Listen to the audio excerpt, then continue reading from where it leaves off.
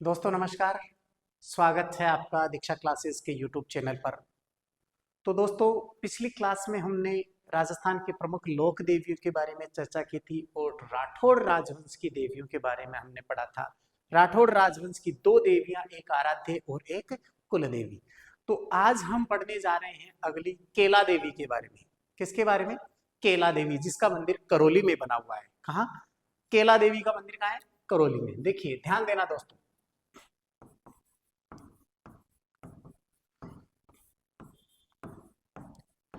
केला देवी। अब देखिए दोस्तों, केला देवी का मंदिर जो है कालीसील नदी के किनारे करौली में। कहाँ है? इस माता का जो मंदिर है वो कालीसील नदी के किनारे।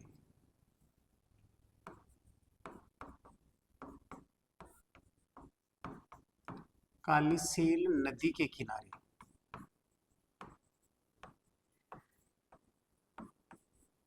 कालीसील नदी के किनारे त्रिकूट पहाड़ी पर, त्रिकूट पहाड़ी पर, त्रिकूट पहाड़ी पर बना हुआ है। कहां पर? करौली में। अब आपको पता होना चाहिए कि करौली और जैसलमेर दो रियासतें ऐसी हैं जहां पर यादवों ने शुरुआत में राज किया था। कौन कौन सी? करौली, ध्यान रखना है, करौली एवं जैसलमेर।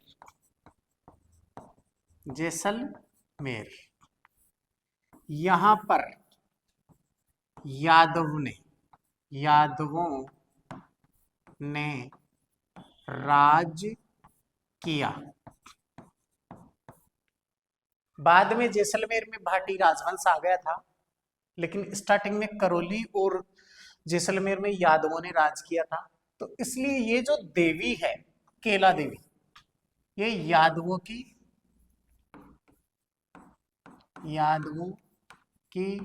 कुल देवी, यादव राजवंश की कौन सी देवी है? कुल देवी है। और यादव में भी कौन है? यादवों की एक शाखा है जादौन। यादवों की एक शाखा है, गोत्र है जादौन। जादौनों की क्या है? केला देवी कुल देवी है। ठीक है। अब इसके मंदिर का निर्माण जो है वो कहाँ? त्रिकूट पहाड़ी पर। कहाँ? कालीसील नदी के किनारे। कहाँ? करौली में। ठीक है ना। करौली में इस देवी के मंदिर का निर्माण करवाया। अब देखिए और क्या था इससे संबंधित,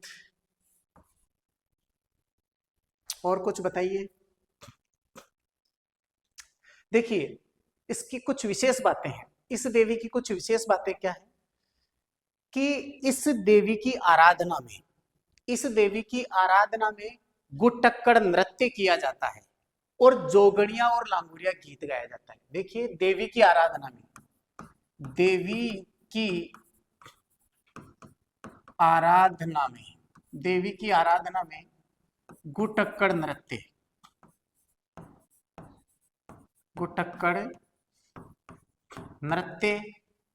एक तो ये ध्यान रखना है। दूसरी जोगणिया व लांगुरिया गीत, जोगणिया व लांगुरिया गीत गाया जाता है। गीत गाया जाता है। लांगुरिया व जोगणिया गीत गाया जाता है और नृत्य कौन सा? गुटक्कड़ नृत्य किया जाता है। अब बात करें हम तो यहां पर इस देवी के मंदिर के सामने बोरा भगत की छतरी है। देवी के मंदिर के सामने, देवी के मंदिर के सामने बोहरा भगत की छतरी, भगत की छतरी बनी है। बोरा भगत की छतरी बनी हुई है। और एक लोक देवता लांगुरिया वीर जी के भी का भी मंदिर बना हुआ है। लांगुरिया वीर जी का भी मंदिर इस देवी के मंदिर के पास ही बना हुआ है। लांगोरिया वीर जी का मंदिर, लोक देवता लांगोरिया वीर जी का मंदिर भी इस देवी के मंदिर के पास ही बना हुआ है। ठीक है, ये कौन सी देवी है? केला देवी। कौन सी है? केला देवी। इसका देखिए ध्यान देना है, इस देवी का जो है मेला, इस देवी का मेला वास्तव में जो पड़ता है चैत्र कृष्ण पक्ष की एकम से। कहां से? कृष्ण पक्ष की एकम से लेकर के और अगली एकम तक, अगली एकम तक। जबकि मुख्य में जो मेला है,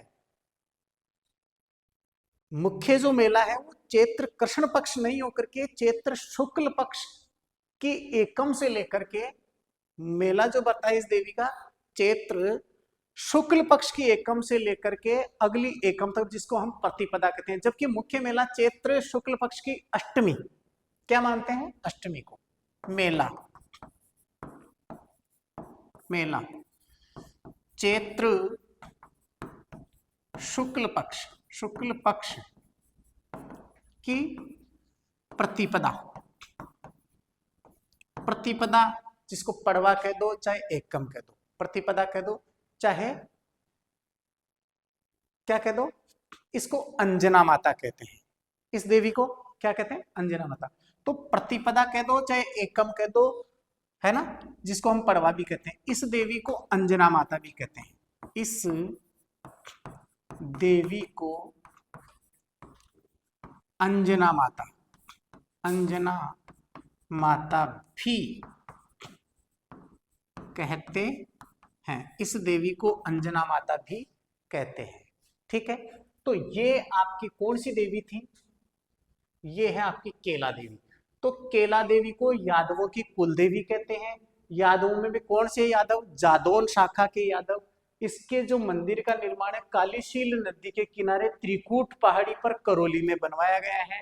ठीक है, इस पर सबसे पहले राज किया था, वो किया था यादवों ने। कहाँ कहाँ? करौली और जैसलमेर रियासतों पर राज किया था यादवों ने।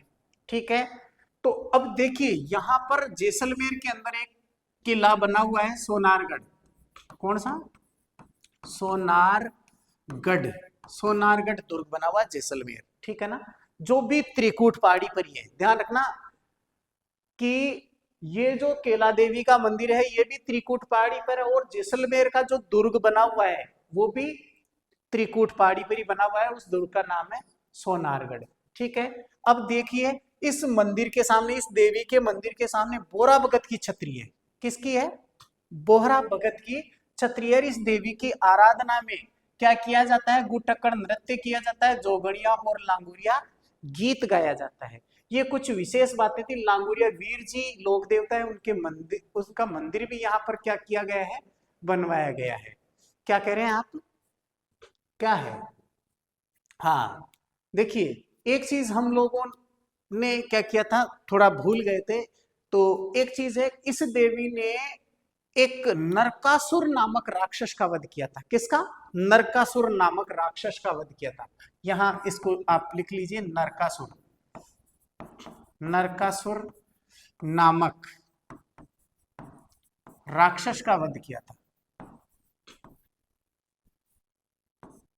राक्षस का वध किया, नरकासुर नामक राक्षस का वध किया था इस देवी ने। किस देवी ने? केला देवी ने। ये इसकी जो सारी डिटेल्स थी, ये सारी बातें हम लोगों ने देख ली है। ठीक है, अब देखिए आगे बात तो आती है कि केदार ऋषि ने हिंगलाज पर्वत पर 12 वर्षों तक कठोर तपस्या की थी। ठीक है, ये भी आप ध्यान रखना, ये भी केला देवी से संबंधित है। ठीक है, अब हम बात करते हैं अगली जो देवी है हमारी, तनोट माता। तनोट माता, कौन सी माता? तनोट माता। ठीक है, अब ये तनोट माता का जो मंदिर है वो जैसलमेर में है। तनोट जैसलमेर में, तनोट रामगढ़ जैसलमेर। क्यों? तनोट रामगढ़ जैसलमेर,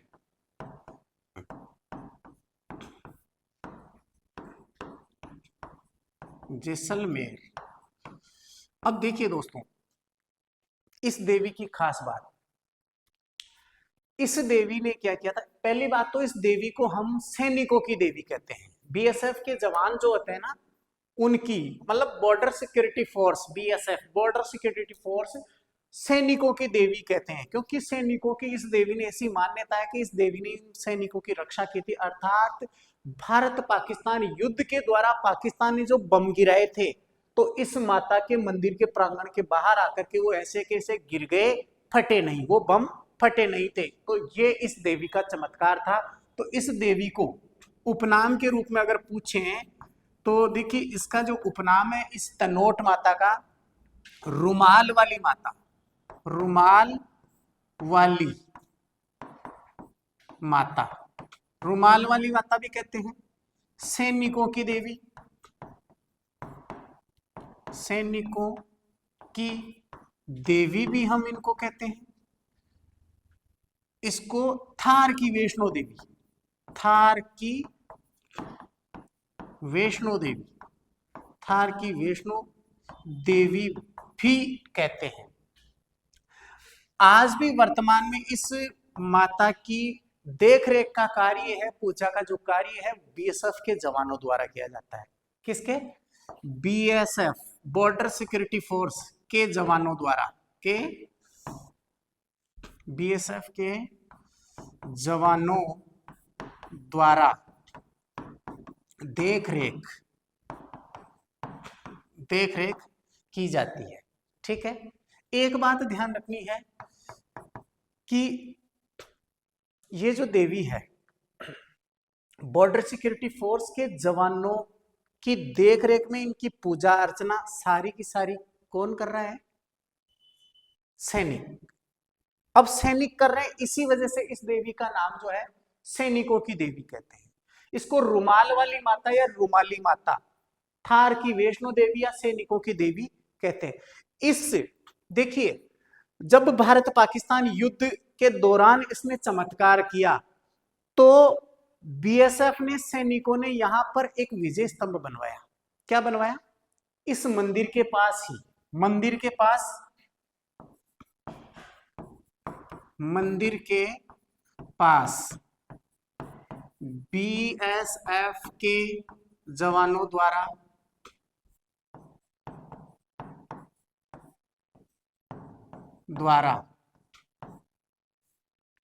विजय स्तंभ बनवाया गया, विजय स्तंभ बनवाया गया। ठीक है, ये देवी कौन सी है?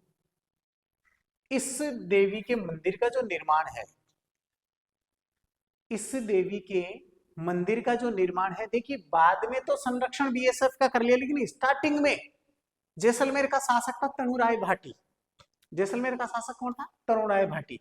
तो यहां ध्यान रखना है, मंदिर का निर्माण, मंदिर का निर्माण, इसके मंदिर का निर्माण तनुराय भाटी द्वारा करवाया गया। तनोट माता के मंदिर का निर्माण जैसलमेर के शासक तनुराय भाटी के द्वारा करवाया गया, क्योंकि जैसलमेर में बाद में भाटी राजवंश ने राज किया था। पहले रियासत के अधीन, आपको पता है कौन, यादव ने राज किया था, लेकिन बाद में भाटी राजवंश यहाँ आ गया था। तो ये आपकी, हमने आज दो देवियों के बारे में चर्चा की है। एक देवी आपकी तनोट माता, तो तनोट माता का मंदिर रामगढ़ जैसलमेर में है। इसके उपनाम, इसको अन्य किस नाम से जाना जाता है? तो ये रुमाल वाली देवी है, सैनिकों की देवी है, थार की वैष्णो देवी है, या रुमाली देवी भी कहते हैं। बीएसएफ के जवानों द्वारा इसकी देखरेख की जाती है, पूजा अर्चना की जाती है, और मंदिर के पास में बीएसएफ के जवानों द्वारा एक विजय स्तंभ बनवाया गया है, और मंदिर का निर्माण तरुणाय भाटी ने करवाया था। ठीक है, एक देवी हमने ऊपर जो देखी थी वो थी आपकी केला देवी। कौन सी? केला देवी, करौली में कालीसील नदी के किनारे त्रिकूट पहाड़ी पर। ठीक है, तो आज के लिए इतना ही। ठीक है, बाय।